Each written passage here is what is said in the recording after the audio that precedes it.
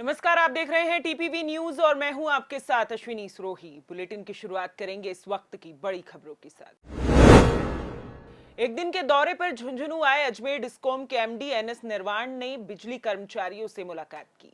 भारतीय मजदूर संघ से संबंधित विद्युत कर्मचारी संघ के डिस्कॉम महामंत्री नरेंद्र सिंह राठौड़, जिला अध्यक्ष देवकरण सैनी और महामंत्री सुरेश शर्मा के नेतृत्व में एमडी एनएस निर्वाण को ज्ञापन सौंपा गया, जिसमें बिजली कर्मचारियों को भी पुरानी पेंशन स्कीम देने, झुंझुनू जिले में स्वीकृत पदों से ज्यादा तकनीकी कर्मचारियों के होने के बावजूद एफआरटी का दिया गया ठेका रद्द करने, सभी संसाधन मौजूद होने के बाद भी बिल प्रिंटिंग का ठेका निरस्त करने जैसी मांग की गई। आज अजमेर विद्युत श्रमिक संघ भारतीय मजदूर संघ के आह्वान पर कर्मचारी प्रतिनिधिमंडल ने प्रबंध निदेशक महोदय एनएस निर्वाण साहब को पुरानी पेंशन योजना, जिसको बिजली कर्मचारियों को राशन सरकार ने वंचित रखा है, पुरानी पेंशन योजना लागू करने के लिए हमने एमडी साहब को ज्ञापन दिया है। इसके अलावा झुंझुनू में तकनीकी कर्मचारियों की संख्या स्वीकृत पद से अधिक होने के बावजूद भी निगम प्रशासन ने ठेका प्रथा दे रखी है, जिसमें एफआरटी ठेका दे रखा है, बिल पेंडिंग का ठेका दे रखा है। उस ठेका प्रथा को समाप्त करने के लिए हमने एमडी साहब को ज्ञापन दिया है। अगर 15 दिवस में निगम प्रशासन हमारी मांगे नहीं मानता है तो हम जुलाई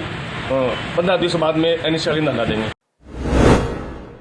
जयपुर में 18 साल की लड़की से रेप का मामला सामने आया है। सुभाष चौक थाना एसएचओ जयप्रकाश पूनिया ने बताया कि सुभाष चौक निवासी 18 साल की लड़की ने रिपोर्ट दर्ज करवाते हुए बताया है कि आरोपी प्रदीप राजवानी उसकी मां के कुर्तियों के बिजनेस में पार्टनर है, जिससे आरोपी का घर पर आना जाना लगा रहता है। आरोप है कि अप्रैल के आखिरी सप्ताह में आरोपी प्रदीप घर आया और लड़की को घुमाने फिराने की कहकर साथ ले गया, जहां उसके साथ जबरन रेप किया और अश्लील वीडियो बना लिया। अश्लील वीडियो को वायरल करने की धमकी देकर ब्लैकमेल कर आरोपी ने 2-4 बार होटल में ले जाकर भी दरिंदगी का शिकार बनाया। परेशान होकर पीड़िता ने अपनी मां को आपबीती सुनाई। गुस्साए परिजन पीड़िता को लेकर थाने पहुंचे और आरोपी के खिलाफ रिपोर्ट दर्ज कराई। वहीं पुलिस ने पीड़िता का मेडिकल करवाकर आरोपी की तलाश शुरू कर दी है। झुंझुनू के सुल्ताना में स्थित राजकीय उच्च माध्यमिक विद्यालय में प्रशासन गांवों के संग अभियान का फॉलो अप कैंप आयोजित किया गया, जिसमें चिड़ावा एसडीएम संदीप चौधरी ने भी शिरकत की और ग्रामीणों की समस्याओं को सुनकर उनका समाधान किया। इस कैंप में 21 अलग अलग विभागों के अधिकारियों ने ग्रामीणों के काम निपटाए। कैंप में 23 ग्रामीणों को पट्टे जारी किए गए। बता दें कि वर्षों से पट्टों का इंतजार कर रहे लोगों को पट्टा मिलने पर खुशी व्यक्त करते हुए सरकार का आभार जताया। वहीं सुल्ताना सरपंच घीसाराम ने भी सभी विभाग के अधिकारियों का आभार जताया। ग्राम पंचायत सुल्ताना सरपंच घीसाराम कि हमारे गांव में आज कैंप है। कैंप के अंदर जनता का आवागमन आ रहे हैं और उनका जो भी समस्या का समाधान हो रहा है। जो भी उच्च अधिकारी आए हुए सभी डिपार्टमेंट से ग्राम पंचायत सुल्ताना। पीलीबंगा पुलिस ने पेट्रोलियम पदार्थों की अवैध तस्करी करने वालों के खिलाफ कार्रवाई की है, जिसमें पंजाब से अवैध परिवहन कर लाए जा रहे एक ट्रक से 13 ड्रमों में भरा हुआ 2550 लीटर डीजल, 2 कैनों में भरा 100 लीटर पेट्रोल पकड़ा है। पुलिस ने नाकाबंदी के दौरान सूरतगढ़ हनुमानगढ़ 4 लेन सड़क मार्ग पर गणपति पैलेस के पास एक ट्रक में डीजल और पेट्रोल लाते हुए ड्राइवर अमरजीत सिंह को गिरफ्तार किया है। इस मामले में सीआई अरुण चौधरी जांच कर रहे हैं। मैं जाप्ता के वहाँ नाकाबंदी कर रहे थे गणपति पैलेस के पास, तो हनुमानगढ़ की तरफ से एक ट्रक आया RJ31 GA 8775, जिसको रुकवाया गया। रुकवा के ड्राइवर का नाम बता पूछा तो उसने अपना नाम अमरजीत, पिता का नाम मेजर सिंह निवासी संगरिया बताया। ट्रक को चेक किया गया तो उसमें 13 ड्रम जिसमें डीजल भरा हुआ था और 2 कैन रखे हुए थे, उसमें पेट्रोल भरा हुआ था। उससे इस बारे में पूछा गया तो उसने पंजाब से लाना हुआ बताया, जिस पर फिर सीओ साहब को रावत सर को सूचना दी गई, डिटेन किया। रावत सर को सूचना दी, जिन्होंने आकर मौके पे कार्रवाई की और कुल 2550 लीटर तेल अवैध जब्त किया और 100 लीटर पेट्रोल जब्त किया, जिसकी तफ्तीश सीओ। प्रधानमंत्री नरेंद्र मोदी ने पंचायती राज दिवस के मौके पर पूरे देश के गांवों में अमृत सरोवर बनाने की घोषणा की थी, जिसके तहत बरसाती पानी को नालों के जरिए तालाब में लाकर इकट्ठा किया जाए और इससे जमीन के जल का स्तर बढ़ाया जा सके। इसकी क्रियान्विति होनी शुरू हो गई है। झुंझुनू में भी 75 ग्राम पंचायतों में अमृत सरोवर बनाए जाएंगे, जिसके तहत पचेरी खुर्द गांव में जिला परिषद सीईओ जवाहर चौधरी की मौजूदगी में गांव के शहीद भूप सिंह यादव के पिता छाजूराम के कर कमलों से इस अमृत सरोवर का निर्माण कार्य शुरू करवाया गया। इस मौके पर शहीद के पिता छाजूराम और सीईओ जवाहर चौधरी ने फावड़ा लगाकर कार्य का शुभारंभ किया।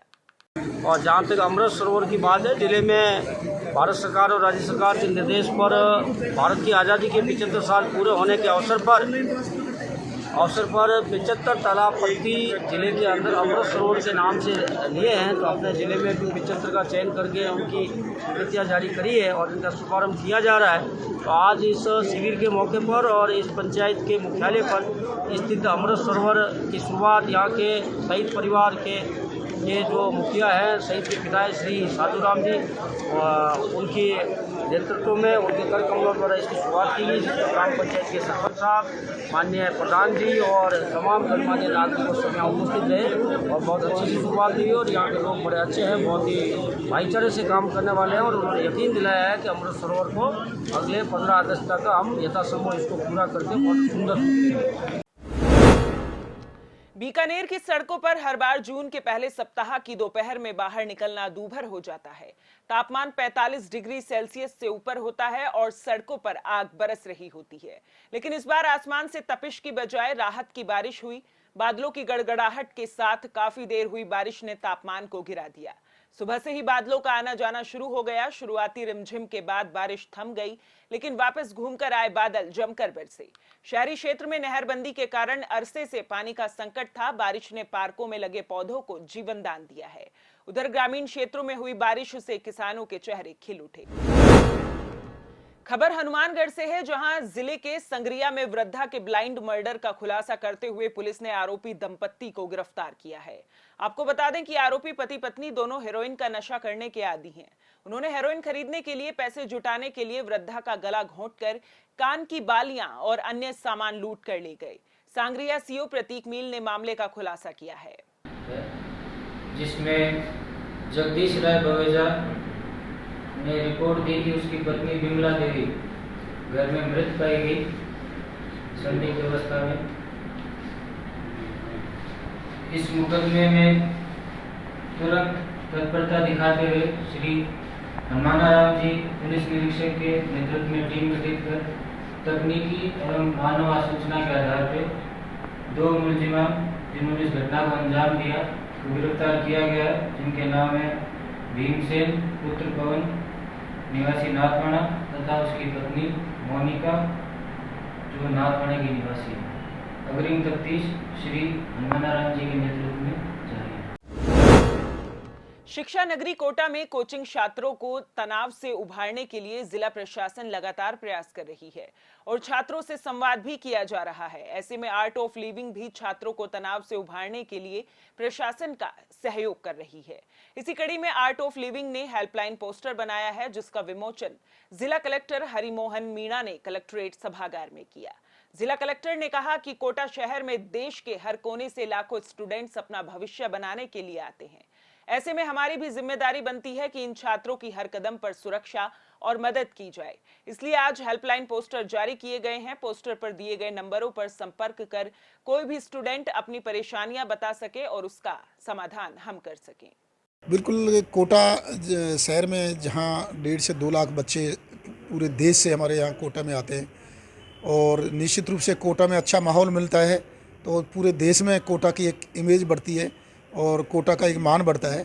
तो बच्चों के लिए हमने मेंटल हेल्थ पे जो और इनकी एग्जिट पॉलिसी पे काम करना शुरू किया है। तो उसी कड़ी में आज आर्ट ऑफ लिविंग के सहयोग से हेल्पलाइन पोस्टर जारी किए हैं। इन पोस्टरों को हम सारे कोचिंग संस्थान हैं और हॉस्टल है वहाँ पे भी लगा रहे हैं और मीडिया के माध्यम से ये नंबर बच्चों को पहुँचाएंगे, जहाँ कॉल भी कर सकते हैं इन नंबरों पे, वो व्हाट्सएप भी कर सकते हैं, अपनी बात को शेयर कर सकते हैं, ताकि उन्हें किसी भी प्रकार का स्ट्रेस हो तो समय पर रहते हुए इसकी पहचान की जाए और उसका निदान भी किया जा सके। और निश्चित रूप से ये बहुत लाभकारी सिद्ध होगा। जैसा कि बताया कि हमारा आर्ट ऑफ लिविंग बहुत ही सबसे महत्वपूर्ण एक घटक है जो बच्चों को स्ट्रेस रहित करने पे काम कर रहा है। जिले में गर्मी के सितम व नौतपा के बीच बुधवार दोपहर होते होते मौसम का मिजाज बदल गया, जिसके चलते कहीं तेज तो कहीं हल्की बारिश ने शहरवासियों को भिगोया। तेज हवाओं के साथ हुई बारिश से शहर के अनेक इलाकों में नुकसान की भी खबर है। बताया जा रहा है कि गंगानगर रोड पर कई जगह तेज हवाओं के चलते पेड़ उखड़ गए और सड़कों पर आ गिरे, जिससे यातायात खासा प्रभावित हुआ।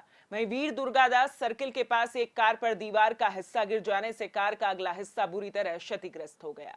हालांकि इतनी अधिक बरसात नहीं हुई, फिर भी सड़कें पानी से लबालब हो गई। नालों की सफाई नहीं होने से उफान पर आए नालों से बारिश के पानी के साथ गंदा पानी भी सड़कों पर पसर गया। सालमगढ़ थाना क्षेत्र के सातमहुड़ी गांव में पुलिस अधीक्षक डॉक्टर अमृता दुहन के द्वारा ग्रामीणों की एक बैठक ली गई। बैठक में पुलिस अधीक्षक दुहन द्वारा ग्रामीणों की शिकायतों व परिवादों को सुना गया। इसके साथ ही युवाओं को अच्छे से पढ़ाई करने के लिए प्रेरित भी किया। पुलिस अधीक्षक डॉक्टर दुहन ने महिलाओं से बातचीत करते हुए महिलाओं पर बढ़ते अत्याचार को लेकर महिलाओं को सतर्क रहने के लिए कहा। साथ ही बेटियों को उच्च शिक्षा दिलाकर उन्हें प्रशासनिक सेवा में भेजने के लिए भी प्रेरित किया। इस दौरान यहां पर सालमगढ़ थाना अधिकारी रोहित कुमार भी मौजूद रहे। इस बुलेटिन में फिलहाल इतना ही। देश प्रदेश की तमाम बड़ी खबरों के लिए देखते रहिए टीपीवी न्यूज। नमस्कार।